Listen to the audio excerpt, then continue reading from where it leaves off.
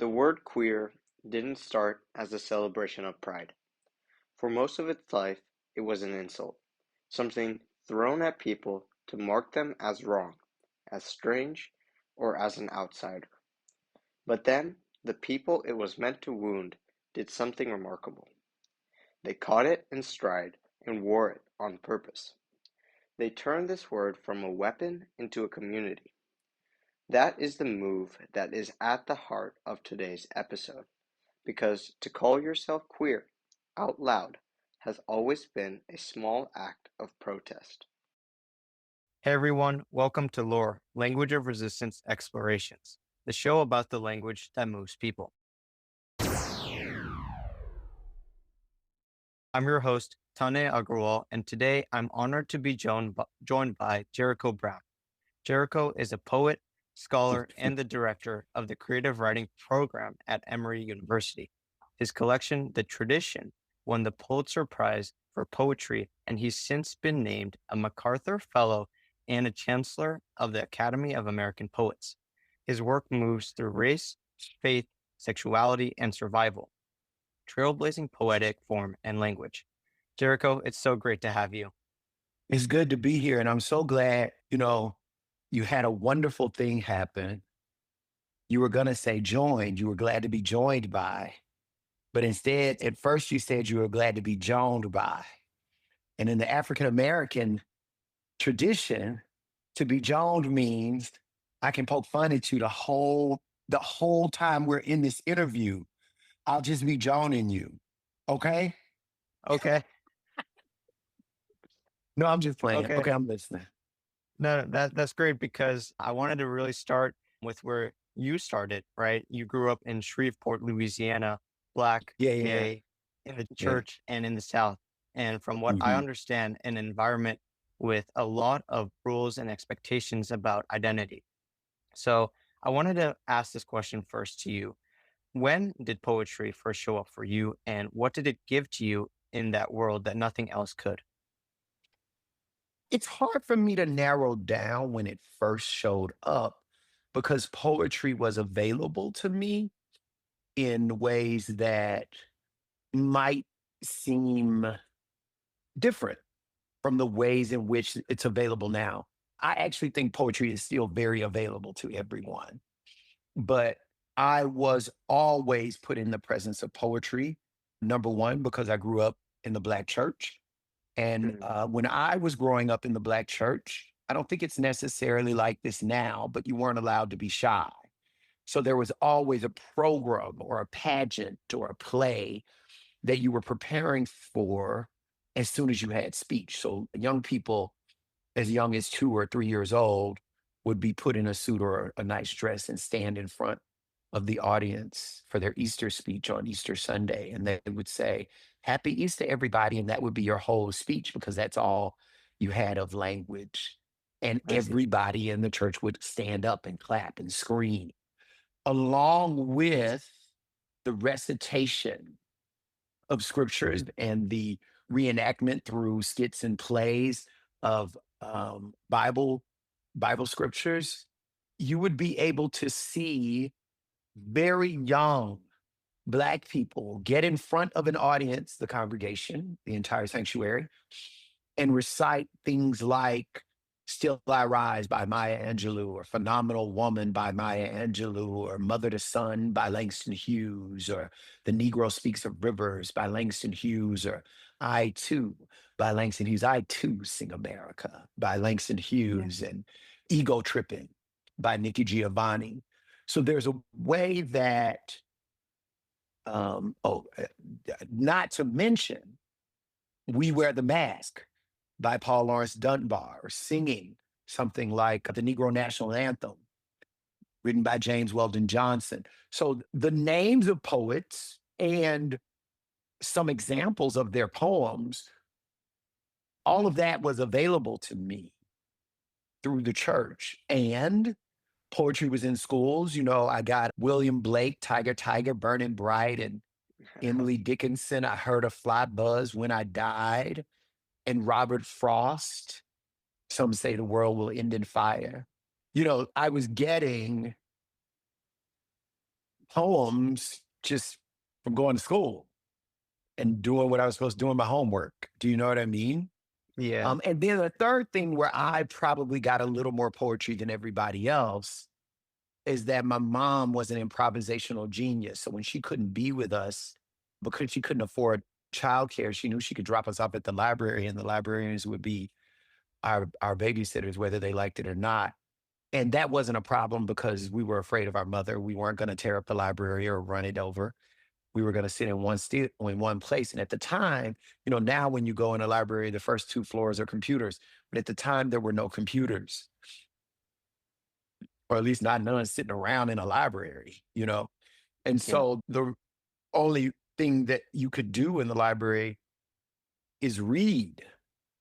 And poems became really attractive to me because the books were short and because the text on the page was brief.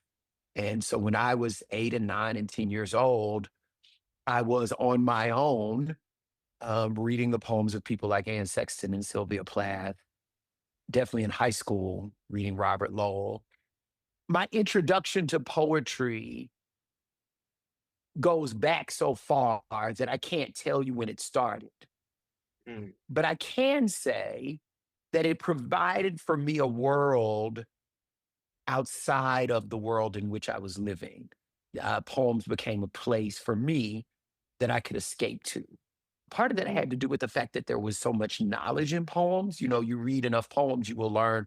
Poems are like YouTube, right? In order to make a poem, you have to have content. And in order to have the content, you got to know what you're talking about. If you read Lee Young Lee's poems and you pay attention to what he's saying, you could learn to braid hair. If you read the poems of William Carlos Williams, if you read Asphodel, That Greeny Flower, you learn more about flowers. Do you see what I mean? You, Yeah. um, I was reading Anne Sexton when I was a very young person, and through Anne Sexton, I was learning about romance and making love. Does that make sense?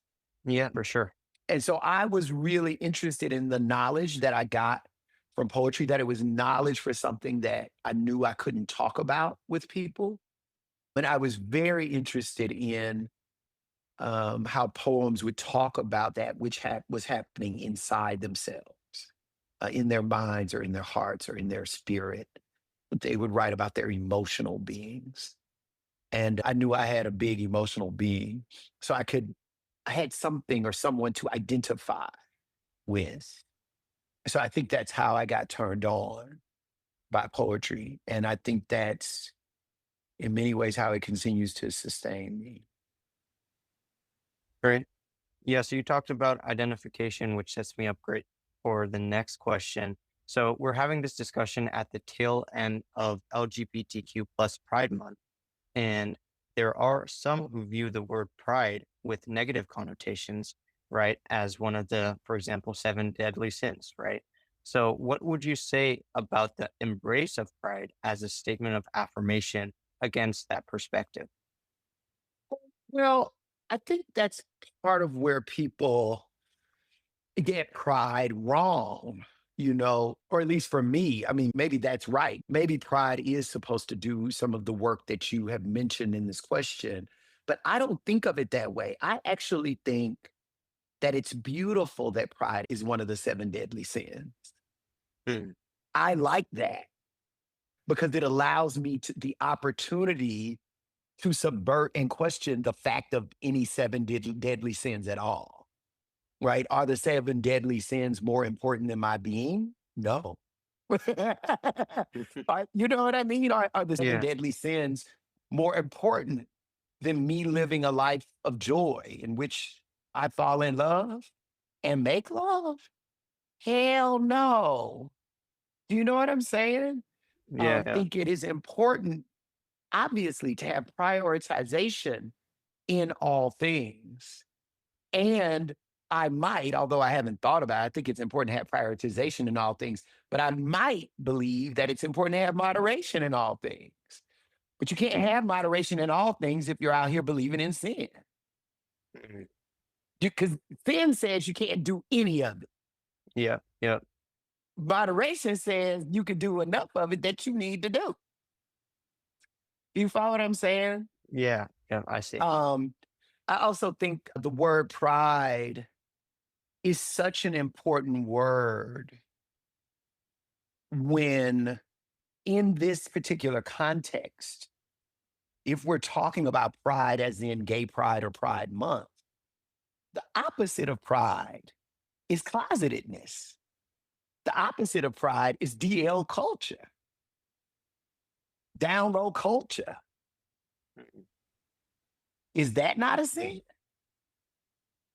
Is closetedness not a sin? Is lying? Is marrying somebody you lying to and messing around with a man on the side? Is that not a sin? So if I know Mm, pride is the opposite of that, then pride can't be the sin.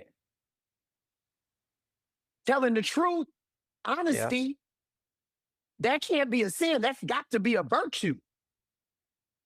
Do you see what I mean? Yeah, no, for sure. Yeah, that's a great point. So I named this episode Queer as in Protest because to me, that word is a protest all on its own. And Hmm. of course, it used to be a homophobic slur, and yet LGBTQ plus communities took it back, reclaimed it, and turned it into a badge that they wear with pride. So, do you Hmm. remember the first time that you claimed that word for yourself? I don't remember the first time that I claimed the word queer, but I do remember it was during a moment where I began to wonder about the word gay, Mm. and whether or not the word gay seemed to run along some kind of racial line.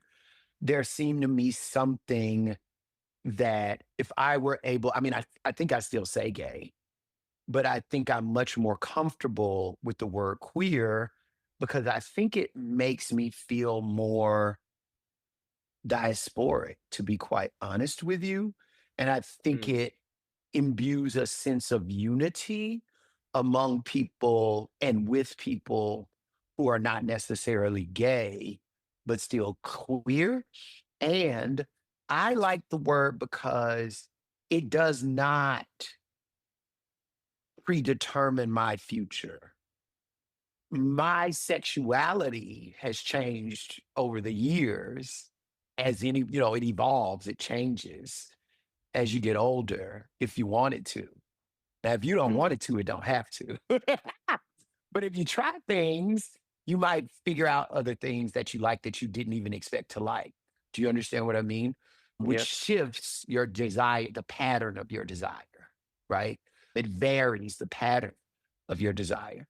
So I think that it is a word that doesn't nail me down. And somehow it seems to take my blackness into itself as a word. And I'll say, and probably I started feeling this way sometime, I'd say probably in the 2000 teens, back when I was the king of Twitter. I used to love Twitter before it became one of the worst places on earth to be. I mean, maybe I didn't love Twitter, but I did feel that there were certain communities being built on Twitter that were real, that still exist in my life. Though I'm not Mm. on Twitter, I still have friends and communities from that time in the 2000 teens. So I would say sometime in the 2000 teens, it became available to me as an option, and I started using it. Yeah, that's great. And I think you touched on this a little bit, but the word itself is not without contention, especially in the community across generations, right? With some people themselves expressing discomfort with, the reclaiming of a pejorative or this slur, right? So, extending from the example of queer, what do you think a community can potentially gain, but also lose when they reclaim this language that was, once used to hurt them or isolate them? Well, I probably think about it in the context of the fact that when we use the word black, before black, there was colored or Negro, that the word black is more diasporic. It includes black peoples all over the world. And it too came into use at a time when, at first at least, being called black, one black person calling another black person black was an insult. And so even that word is a word that comes out of reclamation in many ways, a reclamation it seems to me, quite honestly, in many ways, at least, led by Malcolm X during that period, you know. I do not care, and I wish more people wouldn't. I do not care about organizing a movement meant to overthrow an oppressor. I do not care what the oppressor has to say about how that movement is organized. Like, I do not take the oppressor as the person to tell me, well, that's not the best word because I think about that word this way. Girl, you're literally the problem. Like, I don't care. Yeah, yeah. I Do you know see. what I'm saying? Okay. And I think a lot of times we get mixed up in trying to do things because I think this is part of what Two Trains Running, that August Wilson play, is about. There is so much that we have to do in a sly way or in a subversive way in order to resist imperialism or white supremacy or patriarchy that we often are doing the slightest thing. But that doesn't mean that it's always time for the slight thing. Sometimes it's time for the big, bold thing. And the big, bold thing asks not that you do it in spite of the oppression, it's that you do it knowing that the oppression is going to go at you. Do it anyway. Mm, You do it because we are. We are our own force. We are our own power. And so here's this big, bold thing standing for us in our force and our power. Does that make sense? Yeah, yeah, that makes sense. Pivoting a little bit. So you once said that poetry gave you something to stave off death. And when Mhm. I read that, it reminded me of how in queer history, speaking up has literally been survival, right? My mentor, Tim M, once talked about how HIV AIDS took the lives of many, Black creatives, Sylvester and Essex Hemphill among them.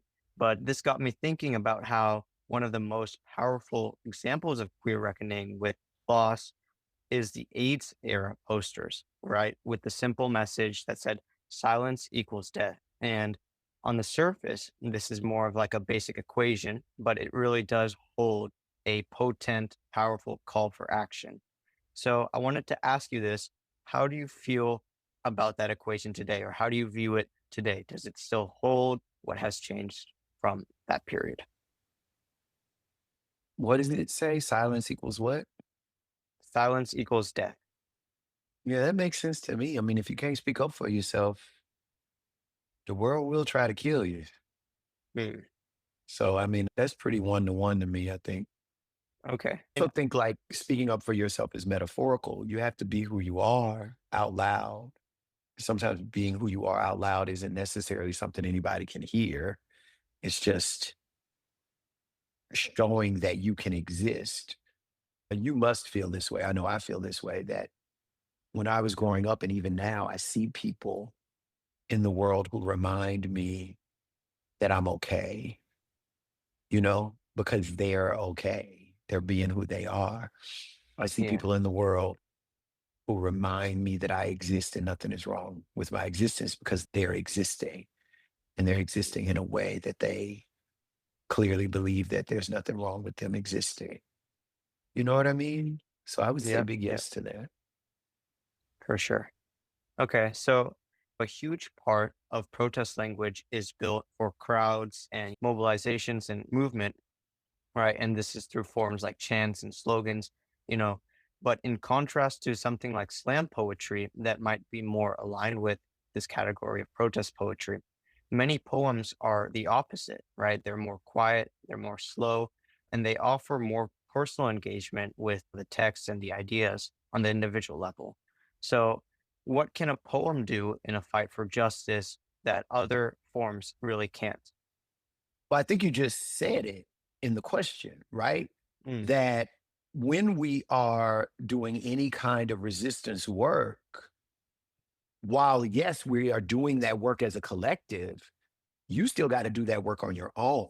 You have to believe a thing individually in order to be a part of a group of people, to attract the people and be attracted by the people who also believe in that thing you first held individually. Do you know what I mean? Yeah. So even the biggest poem that gets recited at a protest or chanted, even a poem as big and loud and long as a poem like a Howl by Allen Ginsberg, still has to do that one-to-one work. It's one person to one poem. Mm. When I read the same poem you're reading, we're going to see two different things, but we're both going to, fingers crossed, learn, grow, evolve because of having read that poem. Does that make sense? I So see. Yeah. I think a poem like Bullet Points does whatever work it's managed to do because people can send it around on social media. You're not chanting on social media, you're literally holding your phone, reading a poem. And yet, because of social media, that mass effect that you're talking about is still happening with this poem. So I just think poems have work to do, and maybe even when you're the poet, let alone the reader of the poem, you don't know what the work is the poem is going to do. You just know you better usher it rightly into the world, but you don't know where a poem's. I'm always amazed where some of my poems go and what some of my poems have led to in the hearts of people. I'm always amazed by that. Yeah. And what amazed me about your poetry is that you didn't just write inside of established forms, you actually created your own, the duplex. And the duplex has a structure that mixes three conventions: the sonnet, the ghazal, and the blues.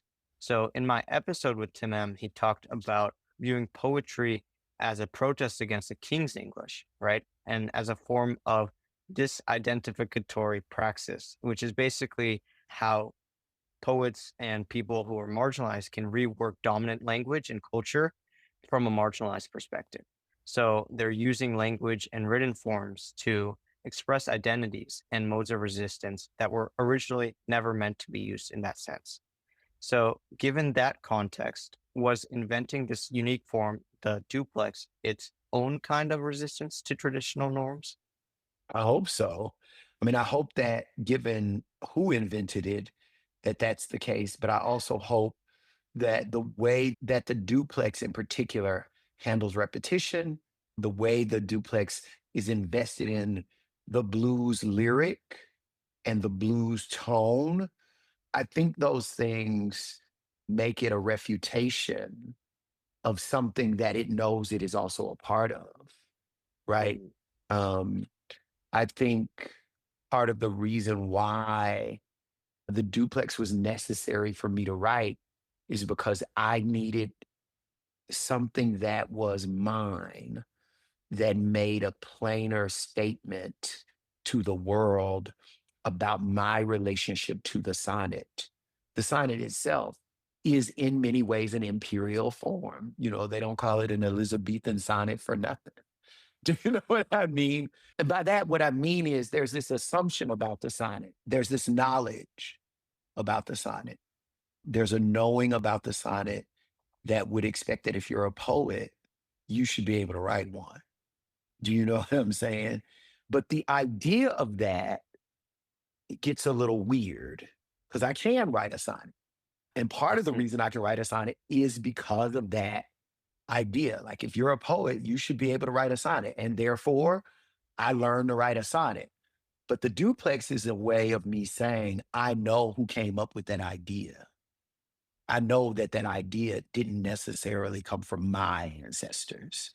And I am tangling with you at the same time that I am showing you that I can do even better than expected what it is you claim I should be able to do. very cool. Great. Well, so the last question I had for you is just kind of more general, what are you working on right now? Where can people find you? Oh, I don't know. People, I mean, hey, you can buy books in anybody's bookstore. I hope you go to an independent bookstore to buy them. I have a website at jerichobrown.com.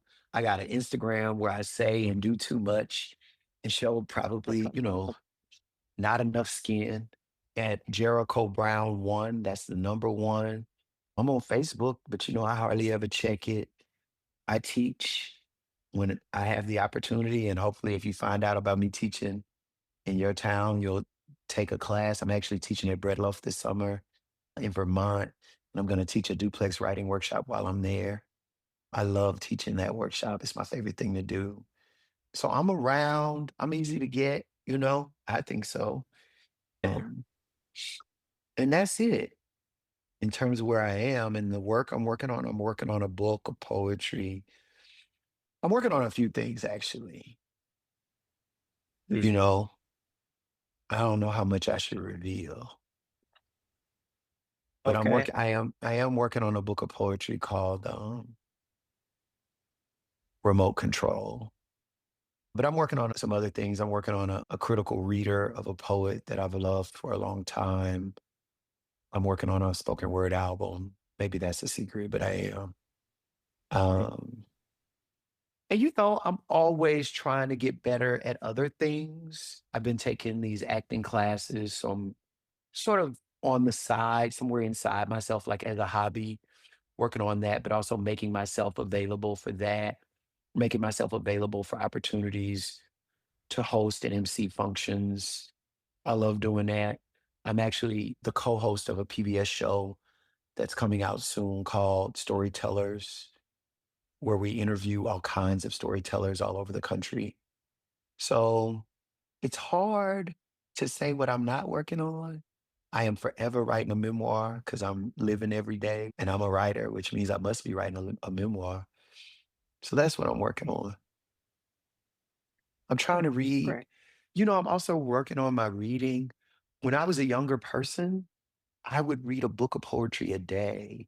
And I want to get back. Maybe I can't get there, but I want to get back to where I just have this constant flow of poetry books coming in and out. I find that my reading, given other responsibilities, has my reading is often set not to what I want to read, but what I have to read to fulfill obligations. Mm.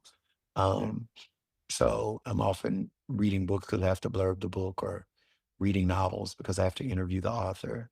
You know what I mean? So I'm trying to change some of those things as well. Okay. Well, one thing that I just wanted to, I'm curious now.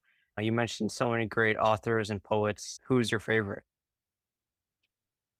It's difficult to narrow, but I would say if I was pushed, I would say Lucille Clifton is my favorite poet. I think there's a very strong, I wouldn't say second place, but there are contenders for that Mm. role, like S.X. Hemphill. I think S.X. Hemphill might be a little uneven, but his good poems are great and freeing and changed my life. Louise Glick is also a very important poet for me. So yeah, but then I like other people too. So now I'm gonna start just talking, and it'll be, and I'll say everybody's name. Do you know what I mean? So I'll stop. Yeah. I'll stop there. Okay. Cool. Well, I think that's great. I definitely learned a lot. I really enjoyed this conversation and meeting you. Thank you so much. Thank you. Thanks for having me.